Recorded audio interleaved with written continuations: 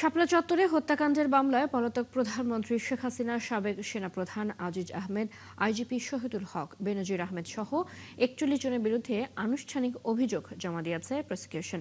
সকালে চিফ প্রসিকিউটরের পক্ষে আন্তর্জাতিক অপরাধ ট্রাইব্যুনালের রেজিস্ট্রারের কাছে এই প্রতিবেদন জমা দেওয়া হয়। এতে আসামি করা হয়েছে শামসুল হক টুকু, শাহরিয়ার কবির, তখনকার আইনশৃঙ্খলা বাহিনীর ঊর্ধ্বতন কর্মকর্তা সহ বেশ কয়েকজন গণমাধ্যম কর্মীকে। পলাতকের বিরুদ্ধে গ্রেপ্তারি পরোয়ানা জারির আবেদনও করা হয়েছে। আজ আন্তর্জাতিক অপরাধ ট্রাইব্যুনাল ২ এই মামলার আনুষ্ঠানিক অভিযোগ আমলে নেওয়ার উপর শুনানি হতে পারে। এর আগে চিফ প্রসিকিউটর জানান, শাপলা চত্বর হত্যাকাণ্ডে ৬১ জনের নিহতের প্রমাণ তারা পেয়েছেন। এর মধ্যে ৫৮ জনের পরিচয় শনাক্ত করা সম্ভব হয়। ৫ আগস্টের পর এ ঘটনা তদন্ত চেয়ে আন্তর্জাতিক অপরাধ ট্রাইব্যুনালে অভিযোগ দেয় হেফাজত ইসলাম। এই বিষয়ে আরো খবর নিয়ে ট্রাইব্যুনাল থেকে যুক্ত আছেন আমাদের সহকর্মী মাইনুল মারুফ। মাইনুল, এই বিষয়ে শুনানির কি খবর আছে আপনার কাছে এবং সার্বিক বিষয়ে আরো তথ্য জানতে চাই। আসলে শুনানির বিষয়ে এখনো কোনো তথ্য নেই। শুনানি যদি শুরু হয় অবশ্যই আপনার মাধ্যমে দর্শকদের জানিয়ে দেব। তবে সার্বিক তথ্য বলতে ২০১৩ সালের ৫ মে যেই ঘটনা ঘটেছিল বাংলাদেশে, সারা দেশ থেকে ইসলামী মনোভাব সম্পন্ন মানুষরা কিন্তু একটি যে সমাবেশ হেফাজতে ইসলামের সেই সমাবেশে আসছিলেন।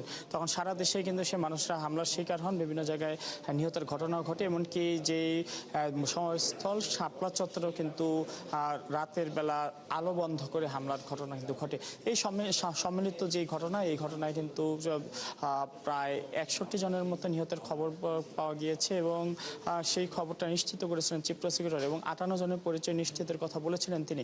এবং সেই ঘটনায় তখন যেহেতু আওয়ামী লীগ সরকার ছিল, তাদের অধীনেই আইনশৃঙ্খলা বাহিনীর যেই অতিরিক্ত বল প্রয়োগ সেই ঘটনায় ঘটেছিল। ফলে তখন কিন্তু আইনি কোনো ব্যবস্থা কিন্তু আমরা দেখিনি। অবশেষে যখন সেই সরকার পতন ঘটার পর ৫ আগস্টের পর হেফাজতে ইসলাম কিন্তু এ বিষয়ে আন্তর্জাতিক অপরাধ ট্রাইব্যুনালে অভিযোগ দায়ের করেন এবং সেই অভিযোগের ভিত্তিতে কিন্তু তদন্ত হয় এবং দীর্ঘদিন তদন্তের পর আজ কিন্তু যে তদন্ত প্রতিবেদন তা কিন্তু আন্তর্জাতিক অপরাধ ট্রাইব্যুনালে আনুষ্ঠানিক যে তদন্ত প্রতিবেদন বা ফরমাল চার্জ দাখিল করা হয়েছে এবং এই তদন্ত প্রতিবেদনের উপর আজ শুনানি হওয়ার কথা রয়েছে। শুনানি শেষে যদি অভিযোগ আমলে নেন আন্তর্জাতিক অপরাধ ট্রাইব্যুনাল, পরবর্তীতে যে আসামিরা রয়েছেন, পলাতক আসামিরা বিশেষ করে, তাদের জন্য গ্রেপ্তারি পরোয়ানা জারি হবে এবং তাদের পক্ষে আইনজীবী নিয়োগের জন্য কিন্তু পরবর্তী ধাপে যে কার্যক্রম কিন্তু রয়েছে। এরপর আনুষ্ঠানিক অভিযোগ গঠনের শুনানি হবে এবং সেই অভিযোগ গঠনের পর কিন্তু এই মামলা আনুষ্ঠানিক বিচারের দিকে যাবে।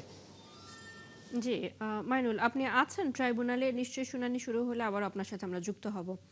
আমাদের সাথে ট্রাইব্যুনাল থেকে এতক্ষণ যুক্ত ছিলেন সহকর্মী মাইনুল মারুফ।